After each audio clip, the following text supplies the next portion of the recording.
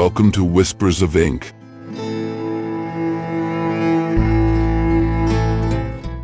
I'm Machado de Assis, and now I will read one of my stories. Let's start with the book An Eagle Without Wings, which is part of my novels collection.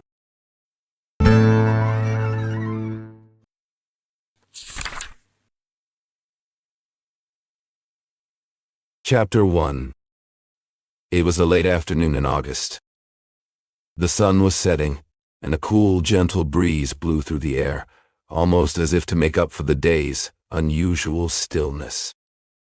The night ahead looked promising, clear and calm. If you, dear reader, are willing to come with me, we'll step together into the estate of Mr. James Hope, an English merchant living in this, using the formal term, as it were. James Hope had arrived in Brazil in the year 1830, just a little past 20 years old. He quickly began to build a successful business career. Not long after, he married the daughter of another Englishman, though she had been born right here in Brazil. Later on, he became a Brazilian citizen, not just on paper, but in spirit as well. From his marriage he had 2 children, one son and one daughter. The son, named Carlos Hope, followed in his father's footsteps and was 26 years old when this story begins. The daughter was named Sarah, and she was 22. Sarah Hope was not married. Why was that? Her beauty could not be questioned. She combined Brazilian charm with British dignity, and in every way seemed born to capture the hearts of men.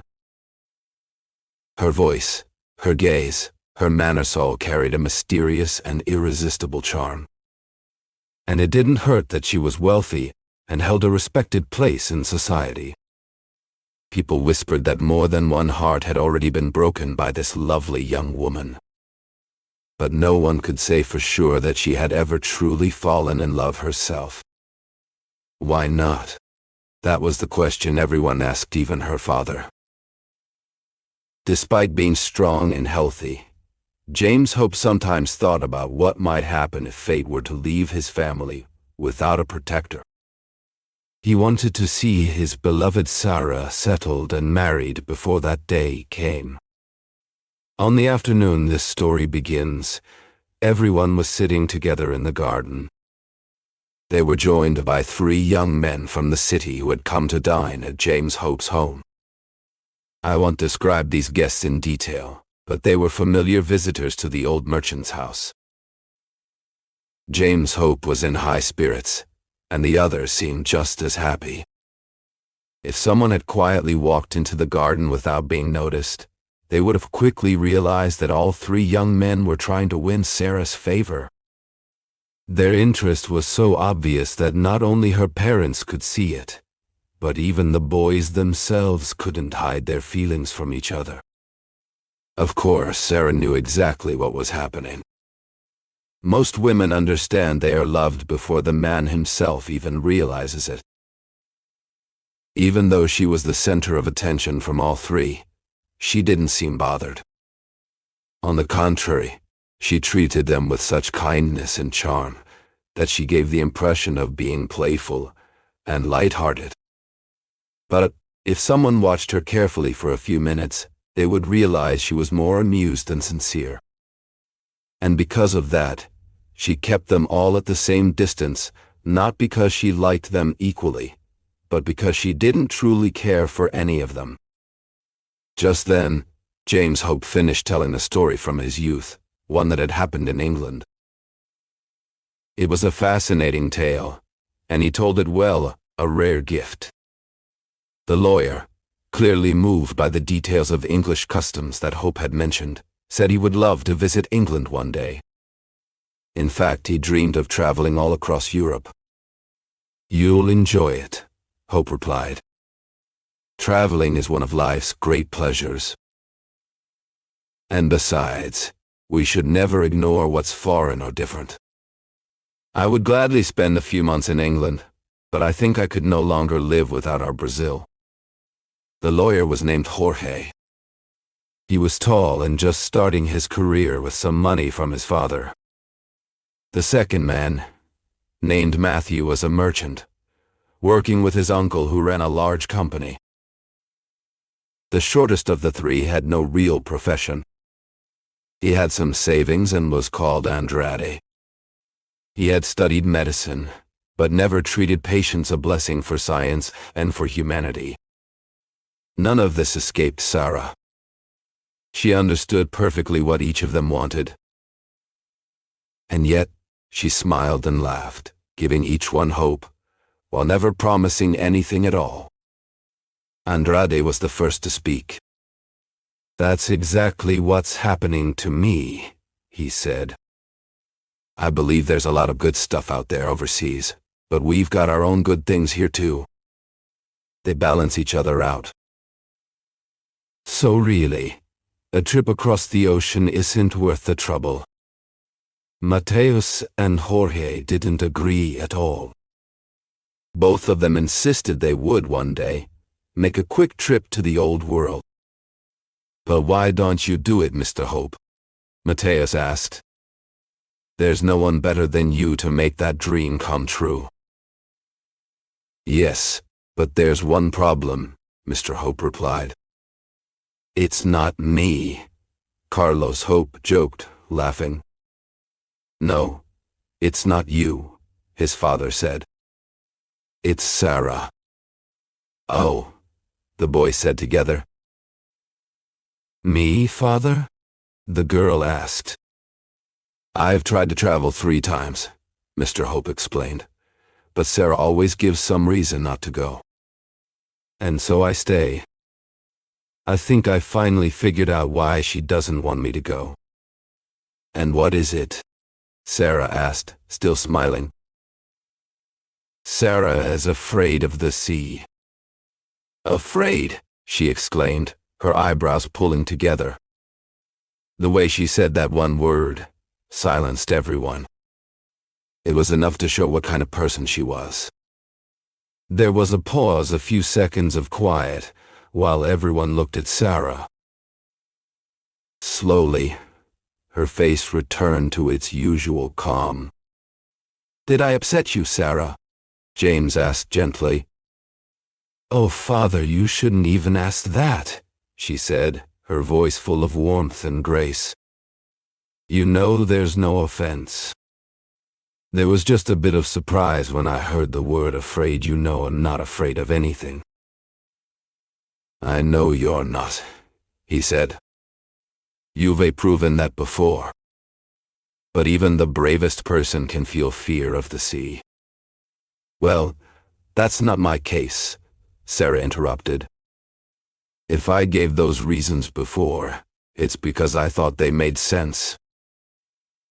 "If I may," Andrade cut in, "I think Mr. Hope made a mistake by accepting those reasons. It would have been not only appropriate but necessary for England to see what a plant of theirs can become when moved to the Americas.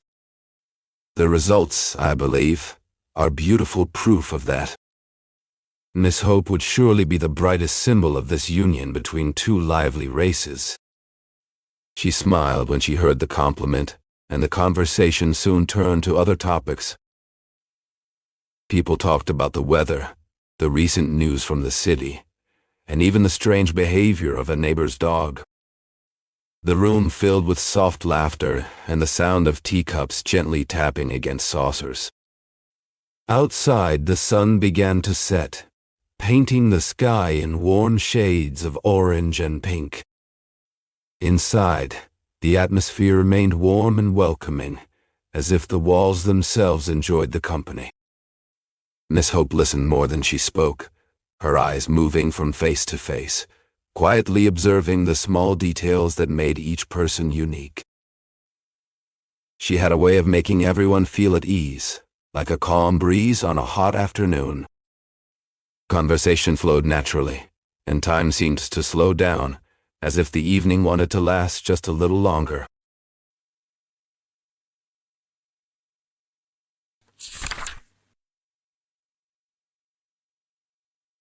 Chapter 2. That same night, the three young men went to dine at the Hotel Provençal, after spending 2 hours at the gym. It had already been 2 or 3 months since they had started this silent campaign, not sharing with each other their feelings or hopes. These hopes, if they had ever truly existed, were now beginning to fade. It wouldn't be long before the three suitors would finally open up and speak their minds about Sarah. That night was silently chosen by all three for mutual confessions. They were in a private room where no one could disturb them. At first their words were vague and indirect, but soon they became honest and direct. "Why should we deny the truth?" said Matthew after some playful teasing back and forth. "All three of us like her." "That's very clear. And what also seems clear to me is that she hasn't chosen any of us yet." "She never will," replied George. "Why not?" "Because she's just a flirt.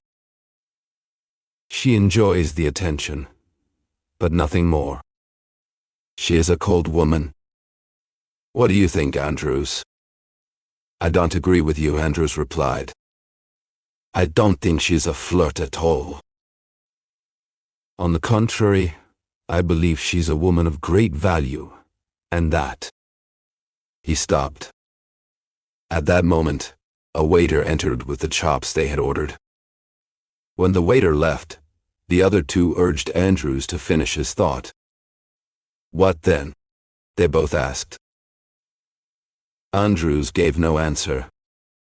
"Finish your idea, Andrews," Matthew insisted.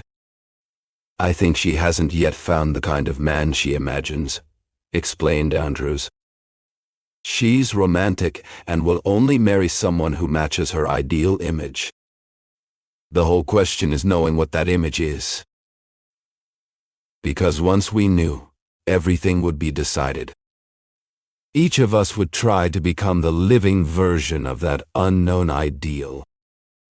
"You might be right," said George. "That could very well be the case. But if that's true, we are living inside a novel." "Without a doubt," Matthew replied. Mateus didn't agree with the others. "Maybe it's not like that," he said. "Andrade might be partly right. I think the way to win her over isn't by pretending to be some kind of perfect ideal, but by showing who you really are, your feelings, your personality, your way of being. In that case," he went on, "the one who truly understands her spirit will be the one to win.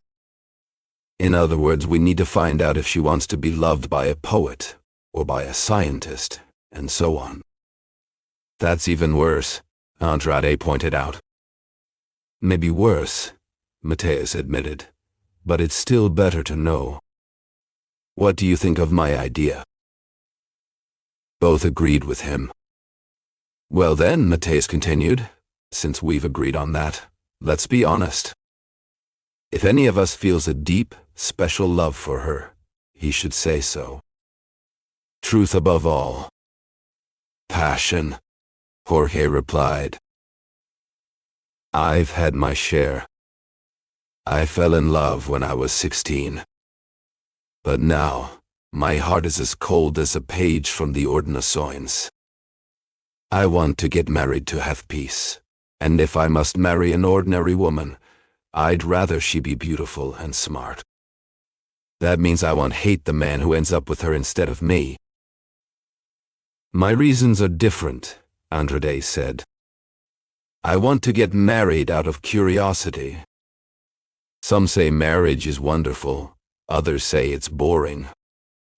And yet, people keep getting married. I'm curious to find out if it's good or bad.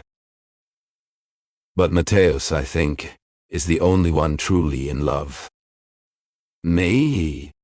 Mateus said, pouring himself some wine. "Not at all. I admit I feel some sympathy for her, and maybe a kind of admiration, if you will." In that case, both of them said, Oh, Matthias went on. This isn't love. Not the kind of love I imagine anyway. As he said that, he drank the wine in one gulp. So we're all in agreement, he said. Each of us should study Sarah Hope's character carefully, and whoever figures out what she truly likes will be the lucky one. It's like a steeplechase, Andrade added. Matthias spoke up. We don't have to fight over this. We can buy time, and no one has to lose.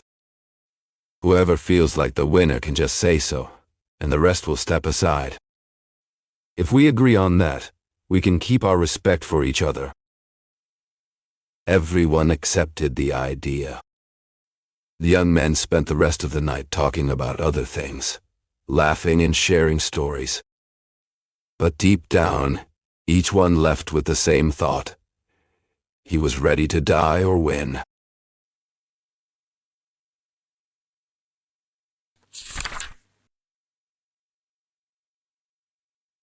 Chapter 3. Sarah looked up at the sky, painted in shades of red and gold by the setting sun. She stood there quietly for a long time, as if lost in thought.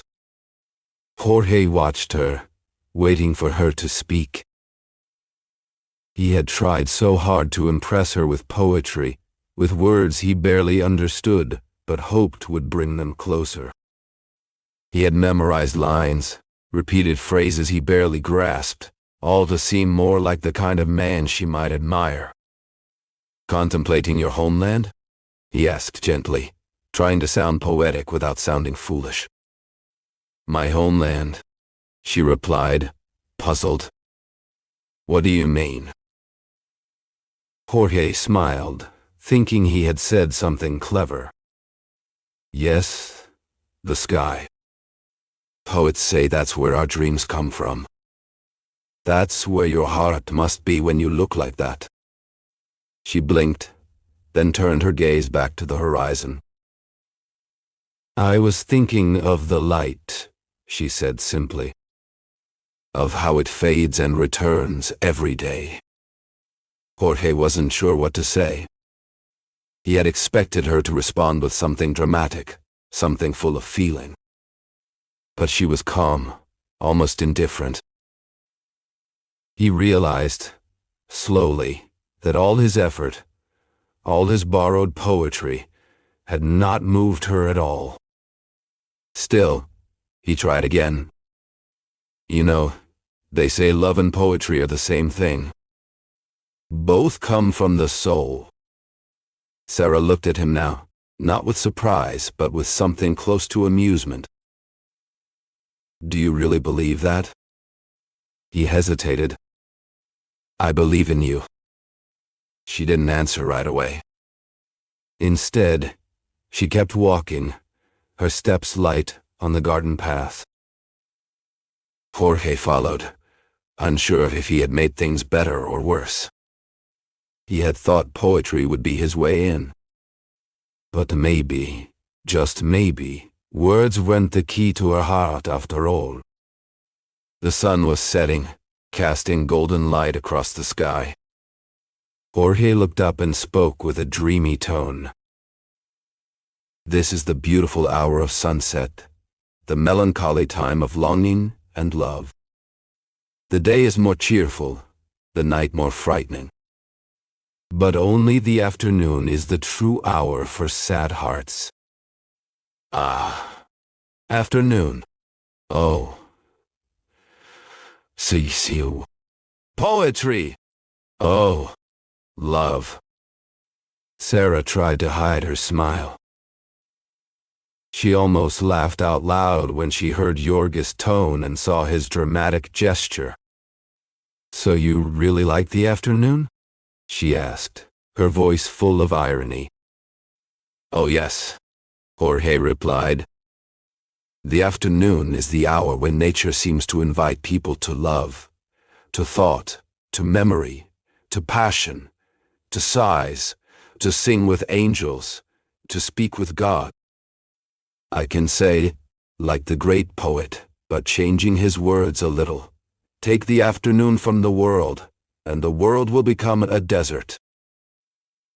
This is sublime, she said, clapping her hands. Jorge looked pleased with himself. He gave her a soft, loving look. That was the only thanks he gave for her praise. Sarah thought the conversation might go in a direction she did not want. She could almost see a sudden confession forming on Jorge's lips. I think my father is calling me, she said. Let's go. Jorge had no choice but to follow her as she walked back to her family. The other two suitors saw Jorge's happy face and thought he must be on the path to love's success. But Sarah did not act like a girl who had just heard a love confession.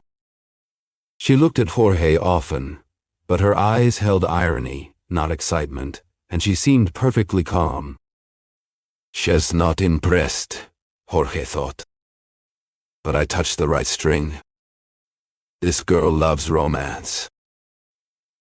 She has a literary soul. She enjoys poetic passion. Jorge did not stop there.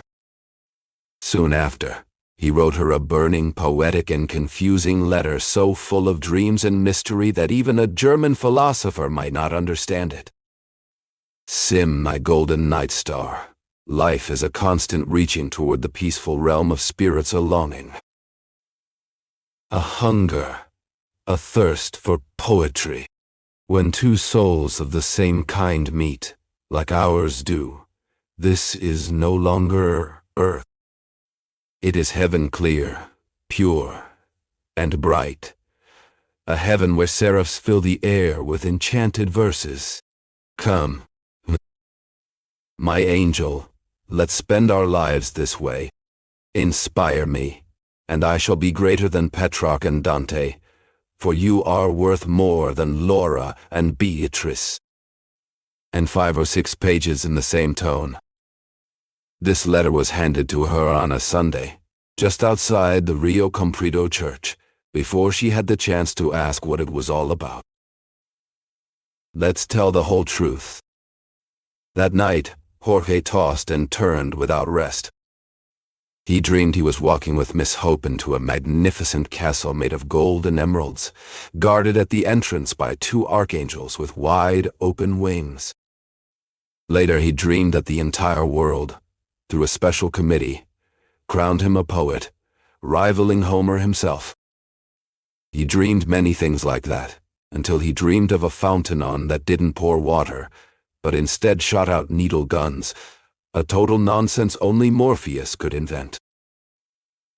3 days later, he was visited by Sarah's brother. My delay is short, said the young man. I come on behalf of my sister. Oh. And I ask you not to take this the wrong way. Take what the wrong way? My sister insisted I come, return this letter to you. And that I tell you well, that's enough. Here is the letter. Once again, there is no offense, and this stays between us. Jorge couldn't find the words to answer. He stood pale and embarrassed him. Carlos made sure to use gentle words and kind gestures to show Jorge that he wanted nothing more than to keep their friendship just as it had always been. My sister is stubborn, he said. That's all it is. Jorge took a deep breath and finally spoke. I admit it was crazy, he said, encouraged by the calm way Sarah's brother had handled everything. But you must understand, it was love that made me act that way. I understand everything, Carlos replied. That's exactly why I'm asking you to forget this ever happened. And I can tell you honestly, Sarah holds no grudge against you. So, let's be friends again, just like before. With that, he left. Jorge was alone now. He felt crushed, embarrassed, and full of despair. It wasn't so much the loss that hurt him, but the way things had gone down. Still, he knew he had to pretend everything was fine, especially in front of the others. He didn't hesitate to tell his two rivals that he had lost the fight. "Wow," Andrade said with a laugh. "This is even worse than I thought. If she's ready to give back all the letters through her brother, I bet the boy won't have anything else on his mind for a while." "I don't know anything about that," Jorge said. "I only know I've lost. That's all I have to say." While Jorge admitted defeat, the other suitors hadn't been sitting around doing nothing. Each one was working on his own plan, trying to find a way past Sarah's defenses. Would any of them succeed? We'll find out soon enough, in the pages that follow.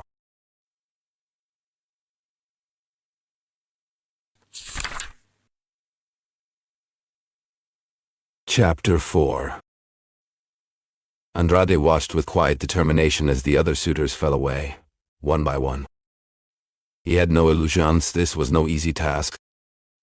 Mateus had tried to win Sarah's heart with tales of bravery, thinking she would admire a man who showed courage. He based this belief on something she once said when her father joked that she feared the sea. Mateus tried everything to impress Miss Hope. He told wild stories of his daring, and even staged a few dangerous feats, just so she might hear of them. But Sarah remained unmoved, like a stone untouched by wind or wave. Nothing he did made her soften. After the failure of Jorge's letter, which embarrassed everyone, Mateus decided to give up. That left only Andrade. Was he any closer to understanding Sarah? Not really. Yet among the three, he was the smartest. If there was a secret reason behind her coldness and that the others had missed, Andrade was the one most likely to find it. Just when he thought he had time to plan, fate threw him a curve.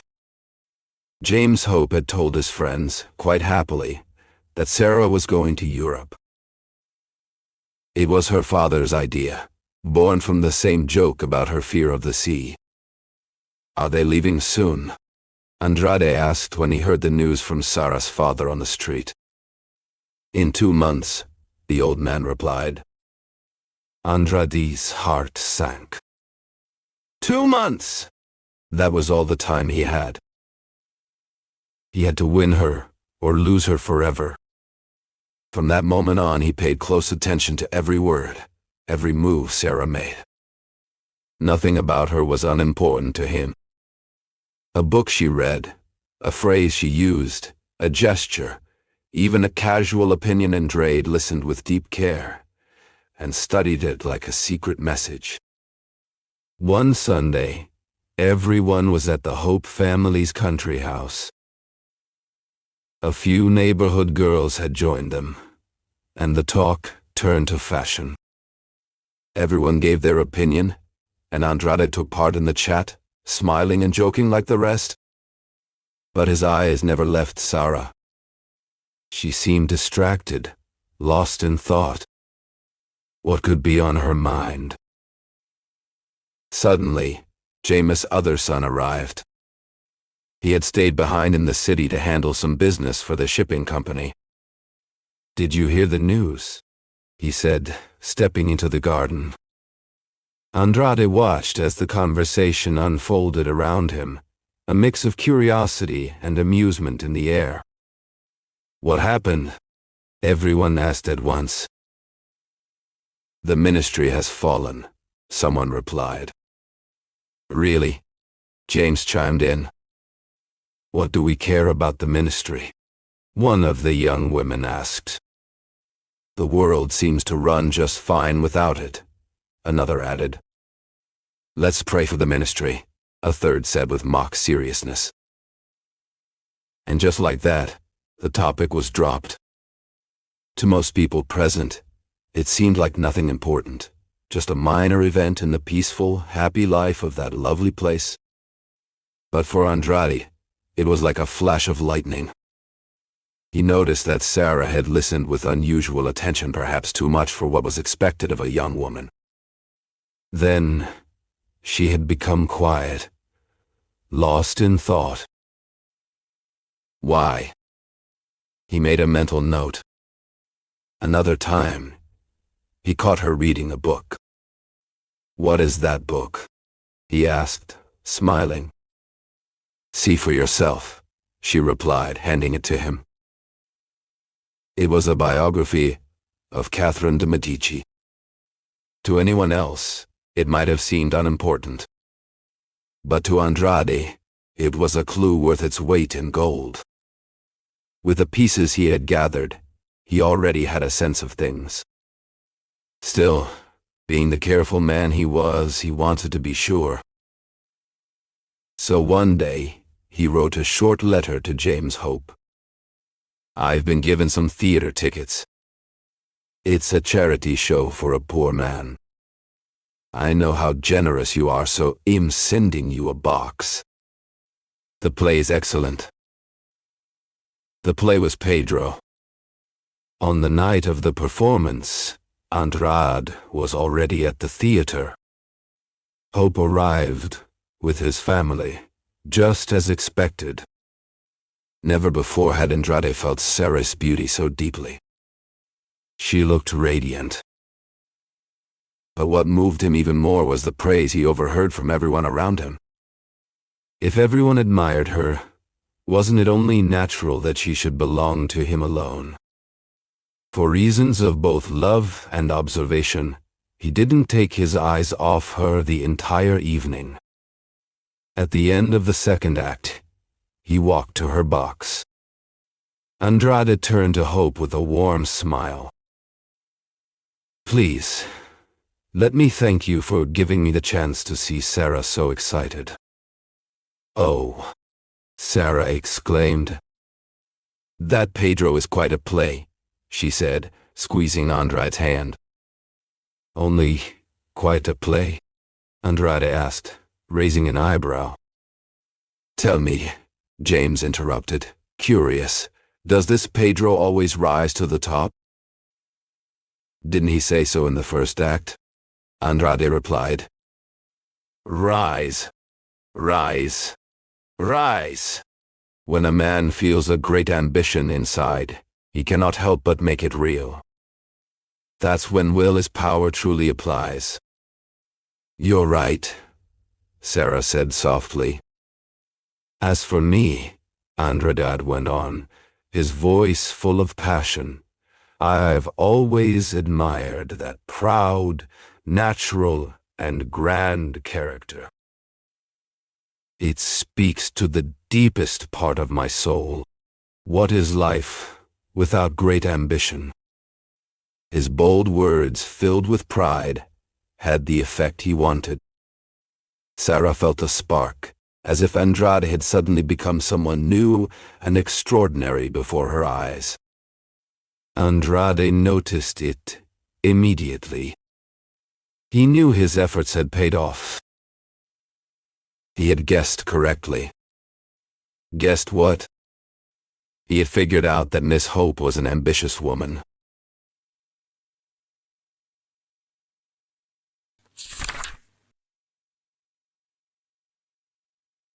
Chapter 5.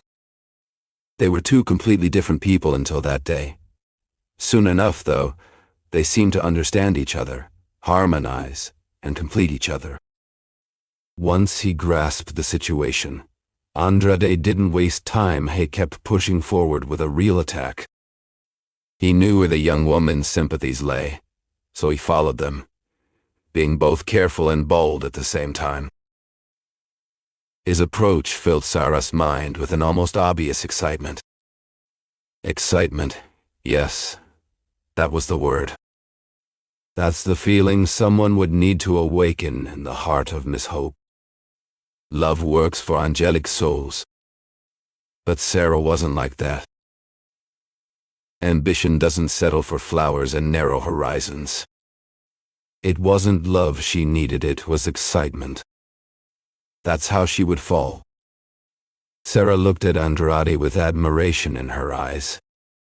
Little by little, he had convinced her that he was a man full of ambition, someone who believed in his own destiny and had confidence in his future. What else could the girl want? She herself was ambitious, thirsty for honors and high positions. If she had been born near a throne, that throne would have been in danger. To win her heart, a man had to match her in spirit and promise her a future full of glory. Andrade understood this perfectly. He played his role so skillfully that he truly captivated the girl. Skillful, yes, that's the word. Nothing more. Because if there ever was a person without ambition, a timid soul, someone with no desire to rule or control others, that person was Andrade himself. Peace was his ideal. And ambition cannot exist without constant struggle. So how could he, with such a peaceful nature, live up to the hopes he had created in the ambitious Sarah? Would he leave it all to the future? Would he tell her the truth when the time was right? Once again, he postponed the trip to Europe. This time, with permission from Sarah, he asked her father, the honest businessman James Hope, for her hand in marriage. "I'll miss my trip again," the old man said. "But this time, it's for a good and happy reason. In making my daughter happy." "That seems right to me," Andrade replied, though deep inside, a quiet fear began to grow. Andrade murmured, his voice barely above a whisper. "Go on," said Hope, giving his future son-in-law a firm pat on the shoulder. "My daughter is dying for you." The wedding took place within a month. The newlyweds went on their honeymoon to Tijuca. 5 months later, they returned to the city and moved into a poetic, almost dreamlike house in Andari. Until then, life had been a path covered in flowers. But love alone could not sustain a marriage born from ambition. Andrade was content and happy. He pretended, for as long as he could, to have a character he simply did not possess. But as the old saying goes, nature always returns at full gallop.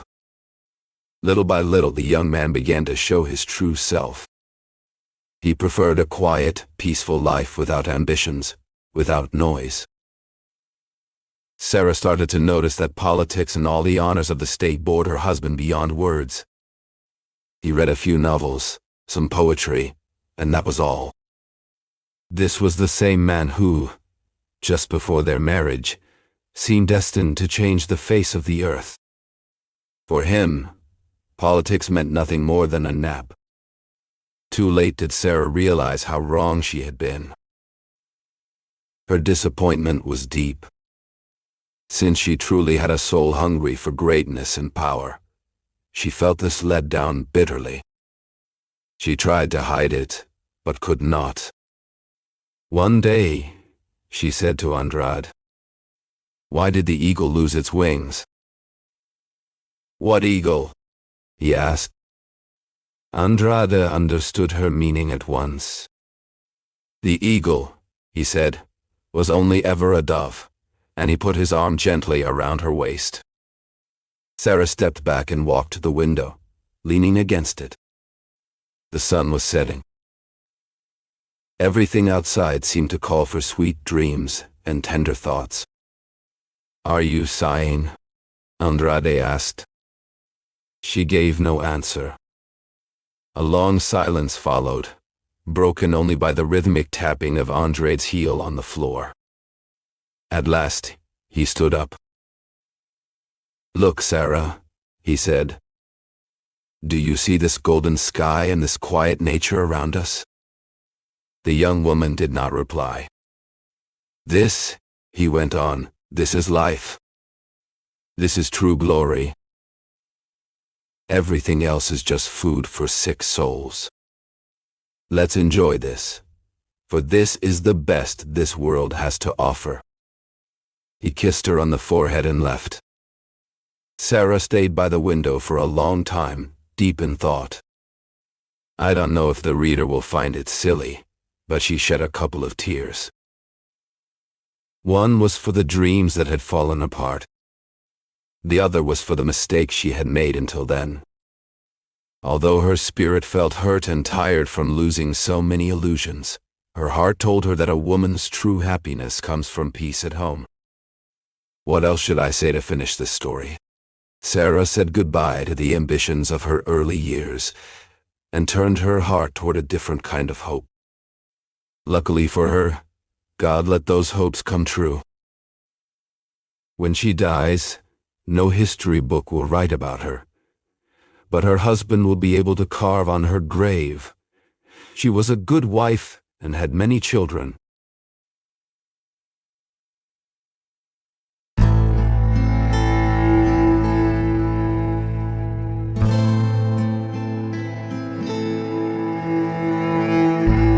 Thank you for listening so far. If you enjoyed this video, don't forget to like our channel and click the bell to be notified whenever a new book is read. Have you heard of Machado de Assis? Machado de Assis, born in Rio de Janeiro in 1839, is considered one of the greatest writers in Brazilian literature and a master of psychological realism. He was a novelist, poet, playwright, and short story writer whose works explore the complexities of human behavior with irony, subtlety, and deep introspection. Among his most famous novels are Dom Casmurro, which questions truth and memory, and the posthumous memoirs of Brás Cubas, a satirical narrative told by a deceased man.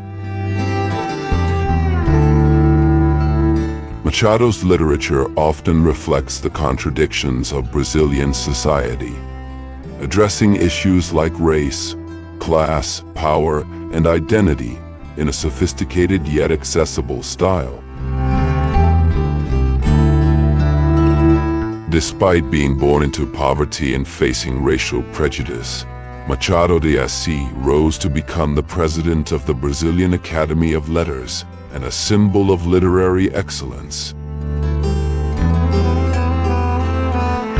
His sharp wit and profound observations about society and the human soul make his works timeless and universally relevant.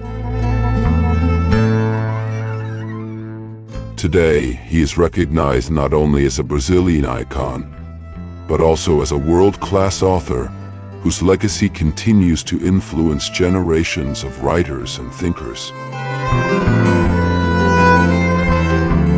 Machado de Assis shows us that literature can be both elegant and critical, intimate and universal, humorous and profound.